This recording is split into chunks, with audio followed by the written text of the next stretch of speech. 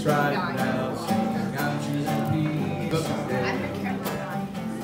I'm choosing love today. I'm choosing love today.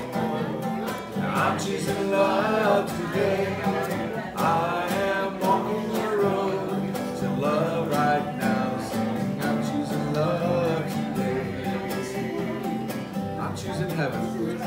I'm choosing heaven today. I'm choosing heaven today. I am walking the road to heaven right now. Singing, I'm choosing heaven today. I am walking the road to heaven right now. Singing, I'm choosing heaven today. You know, I feel like doing this. I don't know why. I just got that urge. Oh, when you're smiling, what happens?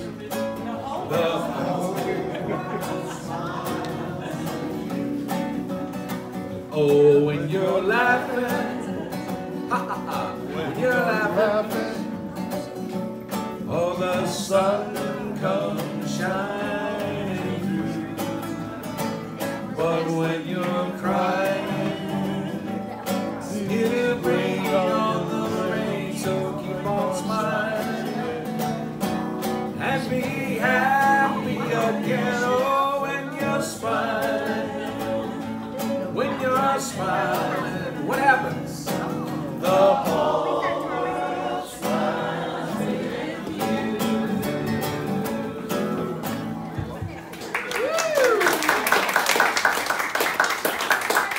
Where's Foster?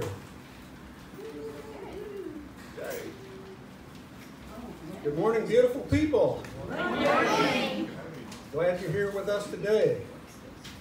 It's a beautiful day in the neighborhood, right? Announcements. Today's the final day for you to sign up to renew your membership or to ask to be a new member if you have not already done so. As I look around, I think there's only a couple of people that I see who have not yet done so. And if you want to vote at the annual meeting, you must do so today. If you're not planning to attend the annual meeting, it doesn't really matter. And on the same sign-up sheet for membership, there is at the lower half a suggestion portion. The outreach committee is soliciting suggestions for outreach organizations that we may wish to support in the coming year. And if you have a particular favorite charity or organization that you'd like to see us support, put it on the suggestion list. Today is next week will be our last week to collect our dental and hygiene products, supplies that we'll be giving to the Franciscan mission. And it looks a little thin, so if you all have still have some supplies that you can bring, you know, everybody gets these bags when they go to the dentist with toothbrushes and floss and stuff. And I don't know about you, but mine kind of gets stuffed in underneath the lavatory in the bathroom and collects. Well, rather than collecting it, I'm suggesting we bring it in and give it to the Franciscans so they can ship it to Africa or South America or wherever so they can get some use out of it. So next week, please, if you have not yet done so and you care to, bring it for us next week. Okay. Any other announcements that I have not been made aware of? Hearing none, we'll continue.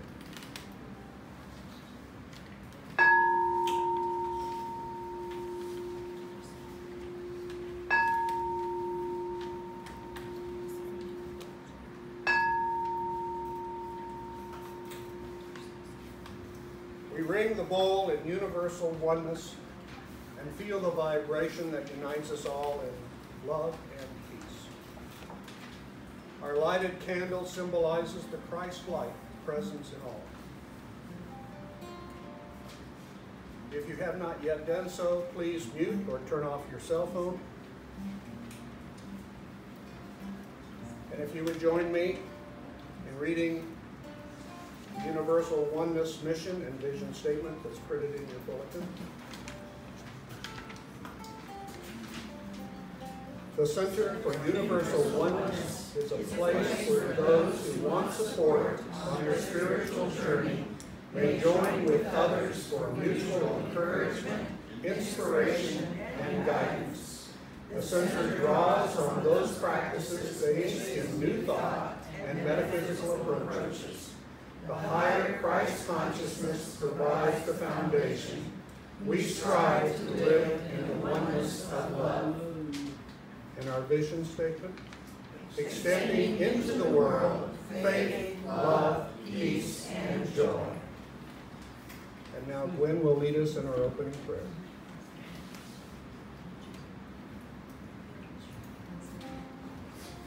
This is the day the Lord hath made. Let us rejoice and be glad in it.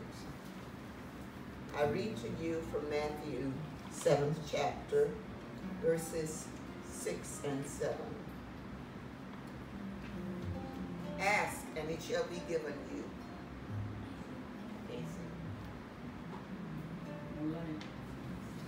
Ask, and it shall be given you. Seek, and ye shall find. Knock, and it shall be opened unto you. For every one that asketh receiveth, and he that seeks findeth, and to him that knocketh it shall be opened.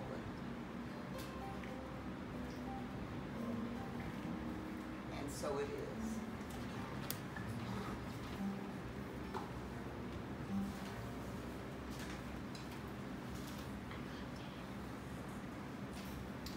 We're pleased to have today Chris Foster. Chris is a friend of the Center of Universal Oneness and has been with us on many occasions. It's all yours, Chris. All right. This is a song written by a friend of mine, Terry Wilders. You all know Terry. When the walls come tumbling down, I choose joy. I choose joy. When the world stops spinning round, I choose joy. I choose joy. When my heart won't seem to move, when my music's lost its groove, when I have too much to prove, I choose joy. I choose joy. So I think you know what to do. So when you hear I choose joy, you guys sing it out with us. When hate is all I see, I choose joy. I choose joy. When fear won't let me be, I choose joy. I choose joy. When betrayal and lies hide the light from my eyes, I look up to the skies and I choose joy. I choose joy. Joy, joy, joy, joy, joy. I choose joy. Joy, joy, joy, joy, joy. I choose joy. And this moment right here, I choose joy. I choose joy. For the ones that I hold dear, I choose joy. I choose joy. To be who I must be, for the light to shine in me, for everybody to be free. I choose joy. I choose joy. All right, here we go. The joy ladder. Joy, joy, joy, joy, joy. I choose joy. Let's go back down. Joy, joy, joy, joy, joy. I choose joy. One more time. Joy, joy, joy, joy, joy. I choose joy. Joy, joy, joy, joy, joy. I choose joy.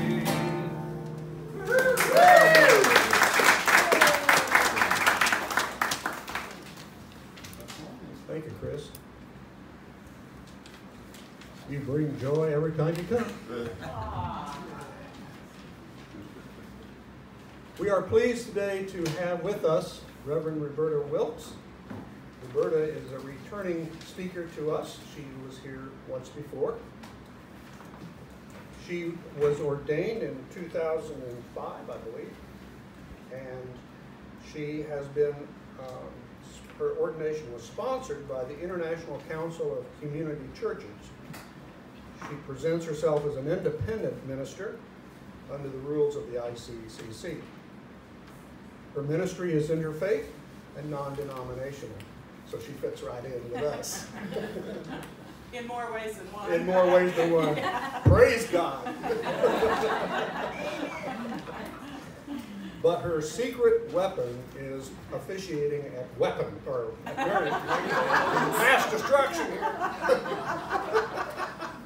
Her secret weapon is officiating at marriages. So if any of you are in the need of an officiating minister, we've got one for you. She is speaking to us today about finding joy. Let's welcome Roberta Wilkes. I'm standing out here, so I've already made those arrangements. It's okay. I had a dream, it's been quite a while ago, but I had a dream that I was up on a podium with my teacher and mentor, Carol Parrish, who, if you ever heard about her, she was, you know, kind of a world-renowned speaker on these topics. And in this dream, I was up on the platform with her. And she finished talking. Of course, everybody was raptly listening to her. And when she finished talking, she turned to me and she said, "Okay, now it's your turn." Well, I started talking and nobody listened to me at all. Everybody just talked among themselves. And I was really distressed in this dream. And then I came down off of the podium and I walked among the people. And then people actually responded to me. So I was thinking about that this morning and I thought, I'm not going to stand behind the podium. It doesn't really work for me. So I have some good news. This is my sermon. and it only fills about half of it. There's hardly any, and then there's just like 2 or 3 words on each page. So maybe that's the good news for the morning. When I decided to talk about joy, I don't even know really what touched me to do it. But I've thought about it since, and a lot of different things have come into my mind. In the 1990s, that was a bad decade for me. I felt kind of oppressed by a lot of things, and I was just kind of felt like there was a weight on my shoulder. I did not feel very joyful, especially during the first part of the 1990s.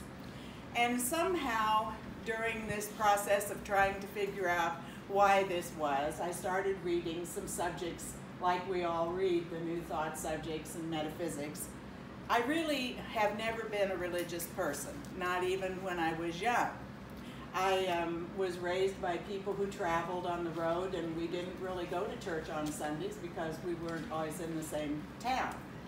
So I didn't know a lot about religion, and in fact everything I learned about religion I learned from my father, who was an actor in the Passion Play. he played Caiaphas and Pilate, and so I learned about that. One time I got to take the water to him. So that's what I knew about religion when I started studying theosophical subjects that I found interesting. And so somehow or another, in the year 2000, I found myself at the Sancta Sophia Seminary.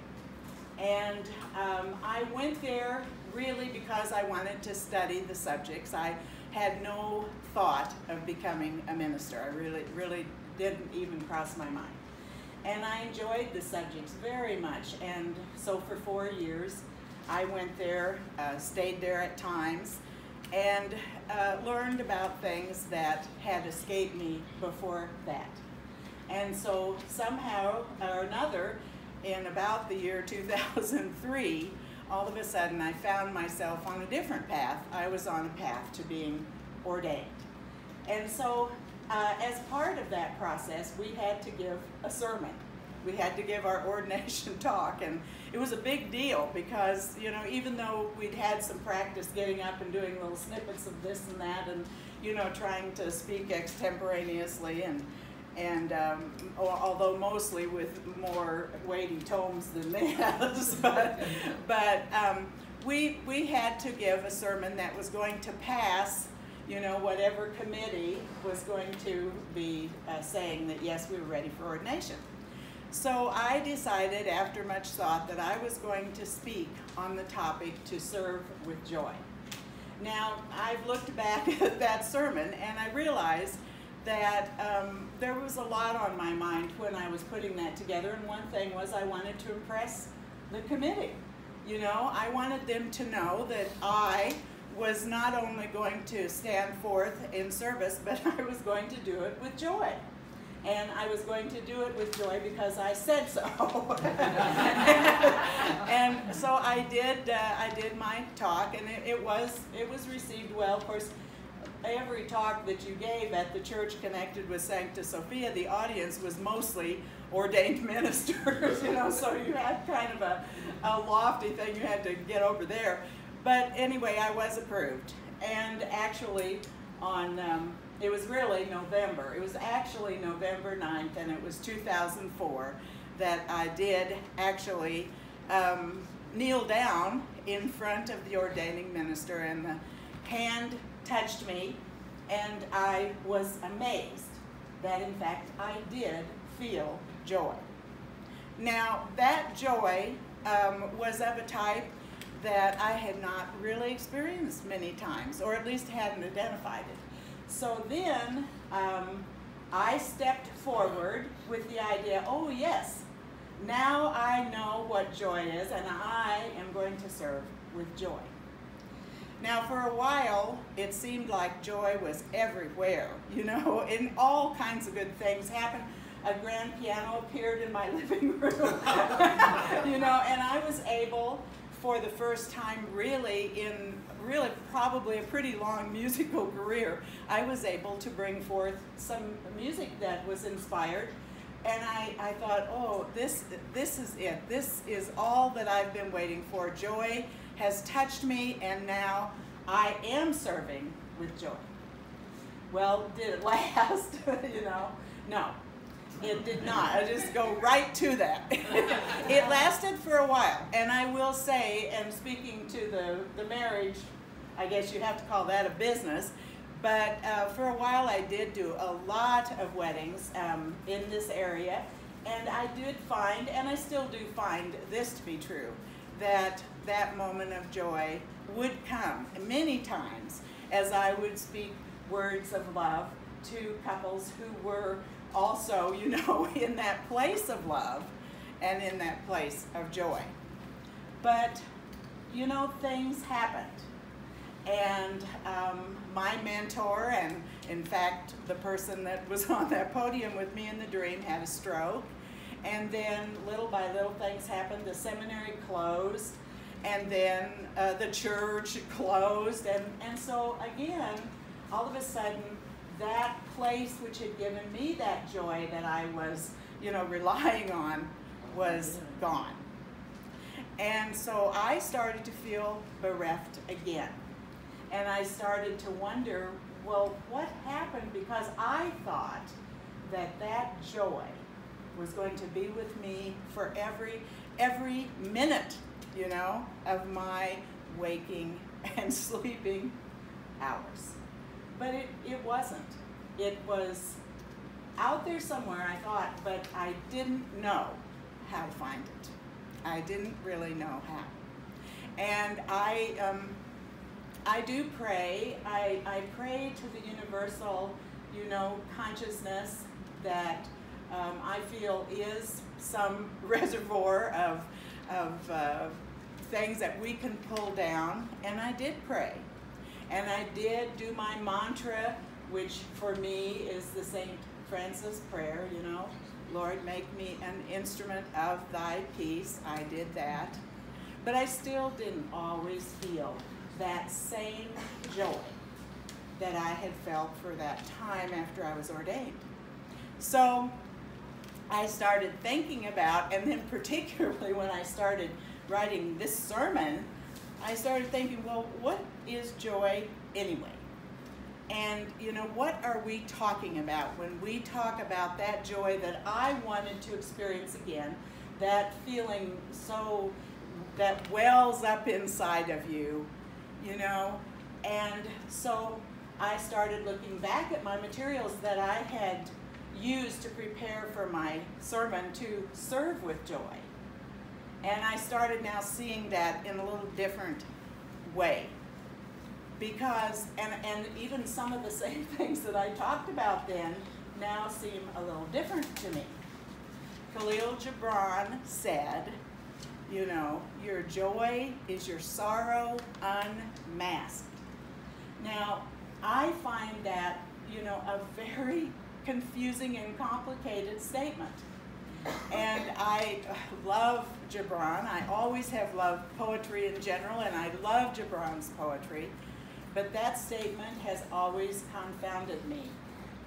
Your joy is your sorrow unmasked.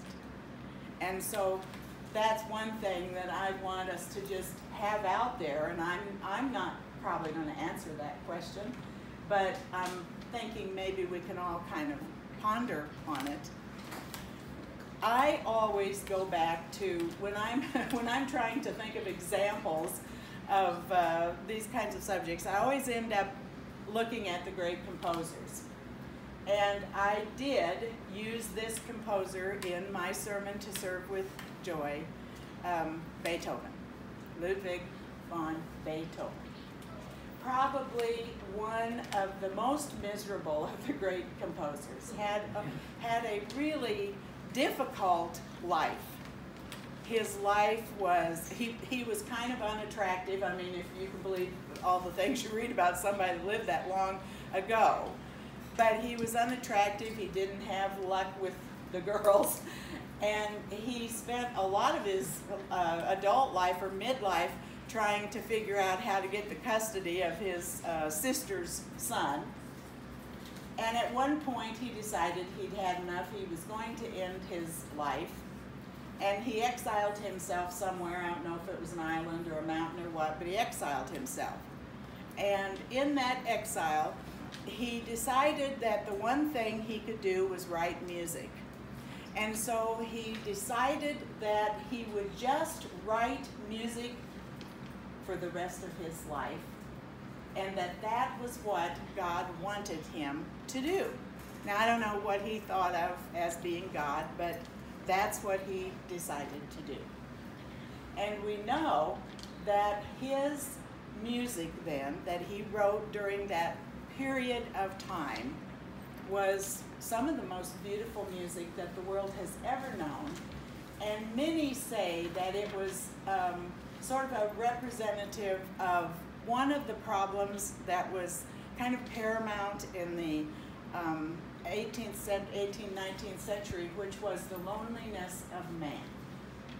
And he wrote this music, which in my opinion not only is beautiful to listen to, but I believe that it actually affected the consciousness of the earth, of the cosmos.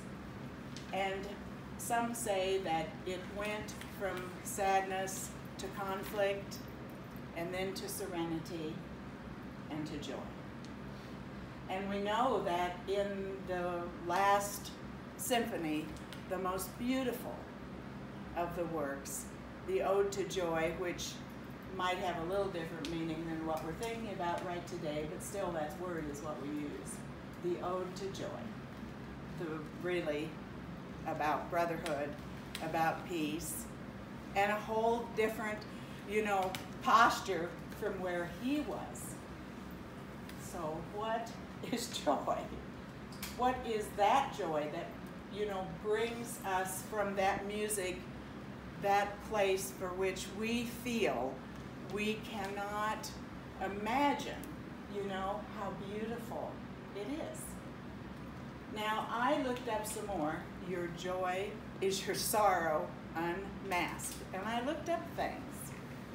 and what do people say about it? And you know, the best actually description I found was from a teenage girl who had written about it on the internet, and she said that what she thought was that it meant that your joy and your sorrow all come from the same place.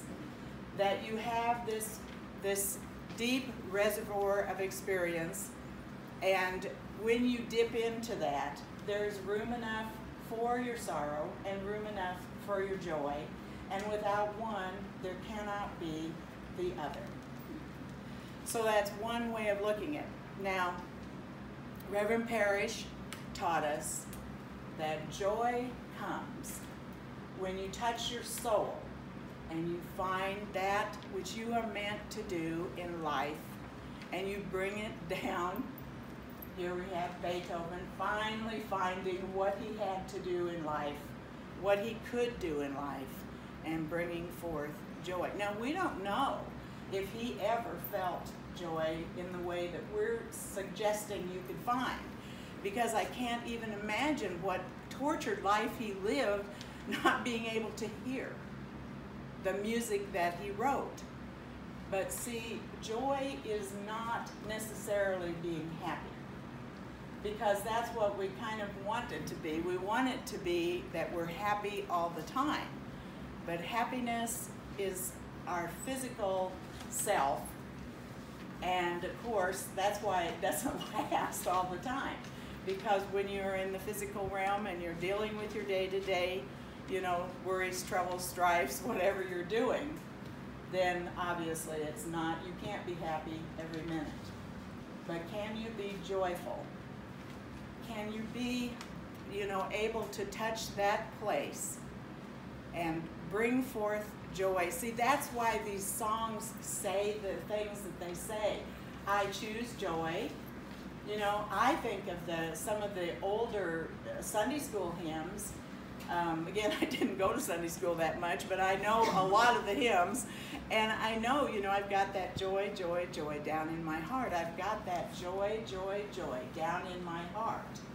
You know, so why would we even have a song like that if it's not there all the time? So it is there all the time. It is there all the time. But can we find it? Can we access it?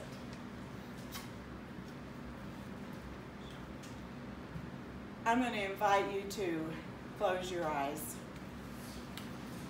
and just take some breaths.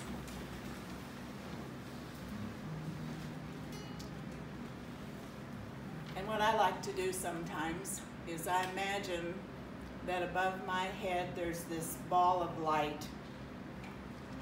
And that ball of light to me represents my soul star, which is just a way that I have to focus and direct my attention upward to my soul.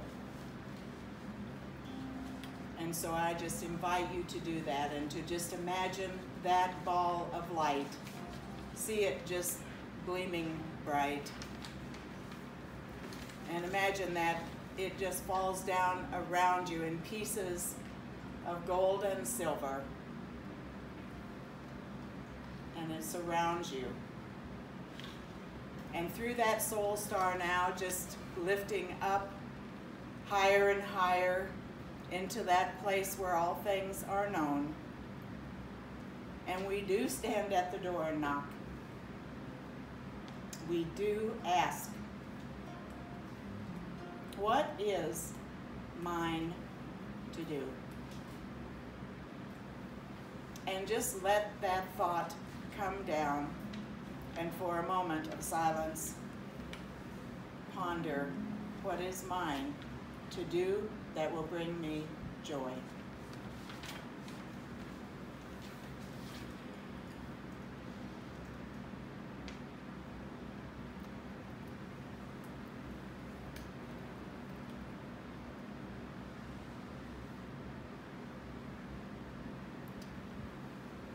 And if you see that drifting in, tuck it away somewhere. And now in your mind's eye, look back to a time in your life when you have felt what you would describe as joy, whatever it is.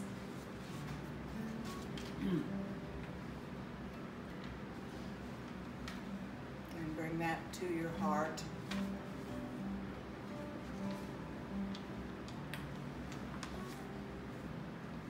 Knowing that you can hold it there.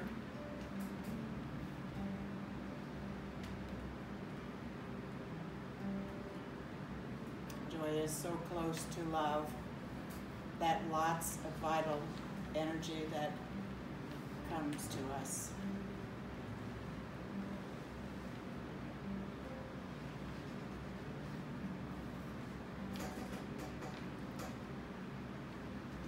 So where does joy come and how do we get it? It is, I think, birthed by gratitude and given to us by grace of the universe.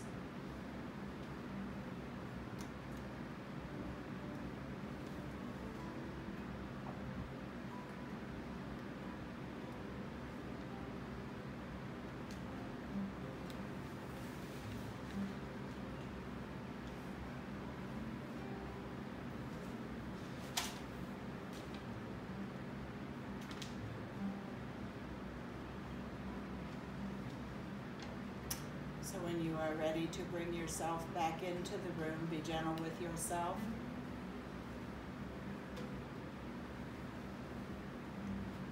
Bring your attention outward.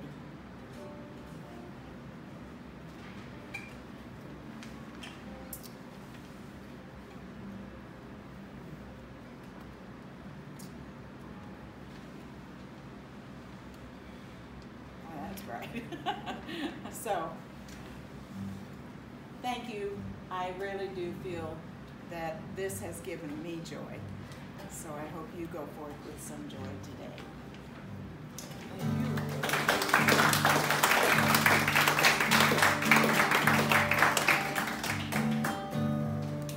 Make this the day I change my life forever. Make this the day I change my life for good. Make this the day I change my life forever. Make this the day I change my life for good. Now is the time to share. Now is the time to care. Now is the time to realize everything I can be. Make this a day I change my life forever. Make this the day I change my life for good.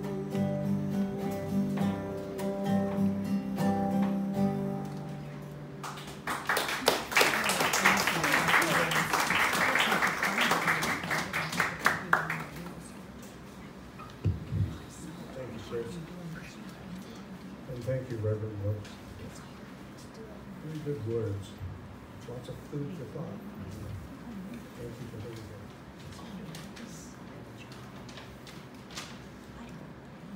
And now it is time to take the offering. The baskets will be passed from either end. And as we're doing so, please join me in our offering prayer that is in your bulletin. Divine love, through me, blesses and multiplies all that I have, all that I give, and all that I receive, and I am joy-filled and grateful.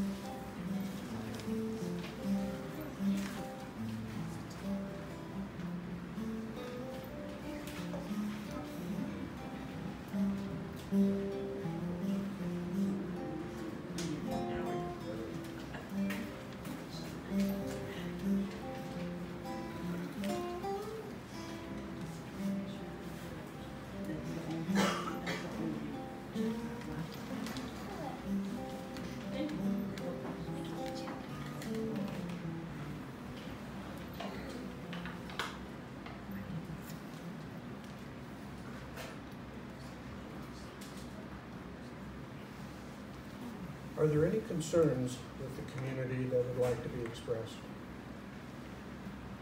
Terry? One of my neighbors, a gentleman named George Jones, has been diagnosed with lung cancer.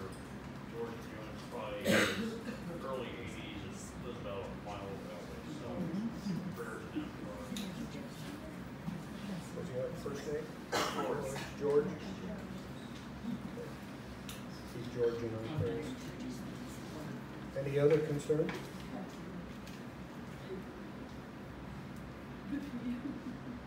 Terry, how's your friend that has the kidney stones? They put in a stent or a shunt, and he's going back, I believe, tomorrow or Monday to get that taken out, and he says he's going to be pretty much back to normal. So yeah.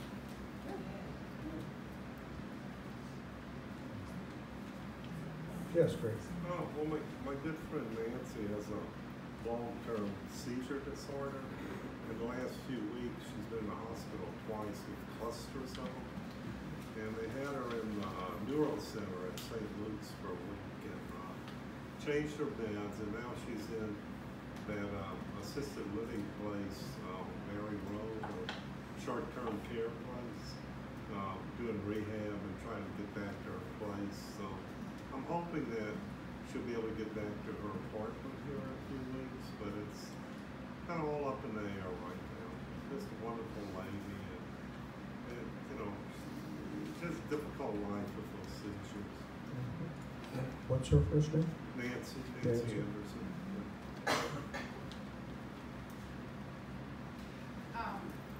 Just a reminder to continue to hold Ellie in our hearts and prayers. Ellie Munger, she's recovering now from hip replacement surgery. I haven't heard from her for several days, but the last time I did, she was doing very well, recovering right on schedule. But she still needs time and she needs support, so we're going to her out. Thank you. Any other concerns? Your mother? My mother's suffering from depression and just very ill. Hold her in our prayers as well. You would join me, please, in the saying the prayer of our community concerns. Centering our hearts and minds in prayer, we let go of any thoughts of worry or challenge and simply rest in the stillness. We know that our source of strength and peace comes from God alone. We give thanks for divine order and trust that we are all held in the power of grace.